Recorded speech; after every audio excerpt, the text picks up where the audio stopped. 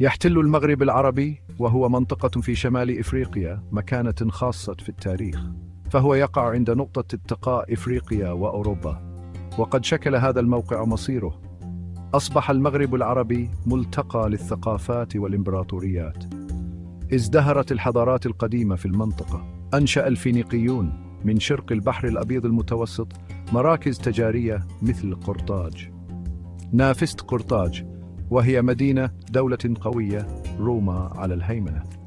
غزا الرومان في النهاية قرطاج ودمجوا المغرب العربي في إمبراطوريتهم. كان وصول العرب في القرن السابع الميلادي نقطة تحول. جاءوا بالإسلام الذي انتشر بسرعة في جميع أنحاء المنطقة.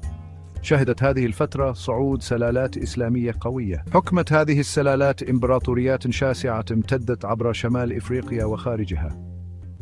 جعل الموقع الاستراتيجي للمغرب العربي منه جائزة للعديد من الإمبراطوريات.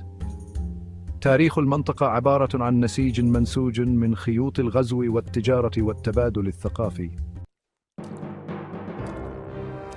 شهد المغرب العربي صعود وسقوط العديد من الإمبراطوريات والسلالات. ترك كل منها بصماته على ثقافة المنطقة وعمارتها ومجتمعها. برز المرابطون والموحدون، وهما سلالات أمازيغية من صحاري المغرب العربي، وحدوا أراضي شاسعة في شمال إفريقيا وشبه الجزيرة الإيبيرية. تميز حكمهم بفترة من الازدهار الثقافي والفكري. امتدت الإمبراطورية العثمانية المتمركزة في القسطنطينية إلى المغرب العربي، في حين وقعت بعض أجزاء المنطقة تحت الحكم العثماني المباشر. احتفظت أجزاء أخرى بدرجة من الاستقلال الذاتي. شهدت هذه الفترة صعود دول قرصنة قوية على طول ساحل البربر. ألقت الاستعمار الأوروبي بظلاله الطويلة على المغرب العربي. أنشأت فرنسا وإسبانيا وإيطاليا مستعمرات في القرنين التاسع عشر والعشرين. شكل الكفاح من أجل الاستقلال في القرن العشرين فصلاً جديداً في تاريخ المغرب العربي. شكلت هذه الأحداث التاريخية المشهد السياسي والاجتماعي للمغرب العربي. إنها توفر سياقاً لفهم تعقيدات المنطقة اليوم. أنتج المغرب العربي على مر تاريخه شخصيات مؤثرة تركت إرثاً دائماً.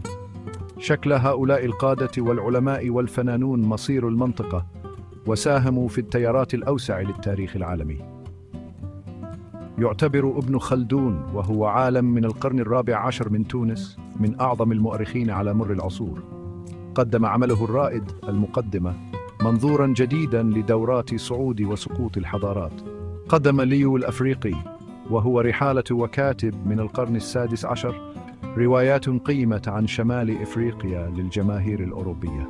سلطت كتاباته الضوء على ثقافة وجغرافيا وتاريخ المغرب العربي.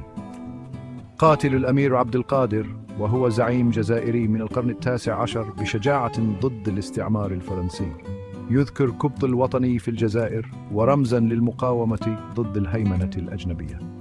تسلط هذه الشخصيات من بين العديد من الشخصيات الأخرى الضوء على الديناميكية الفكرية والسياسية للمغرب العربي. تاريخ المغرب العربي شاهد على دوره كملتقى للحضارات.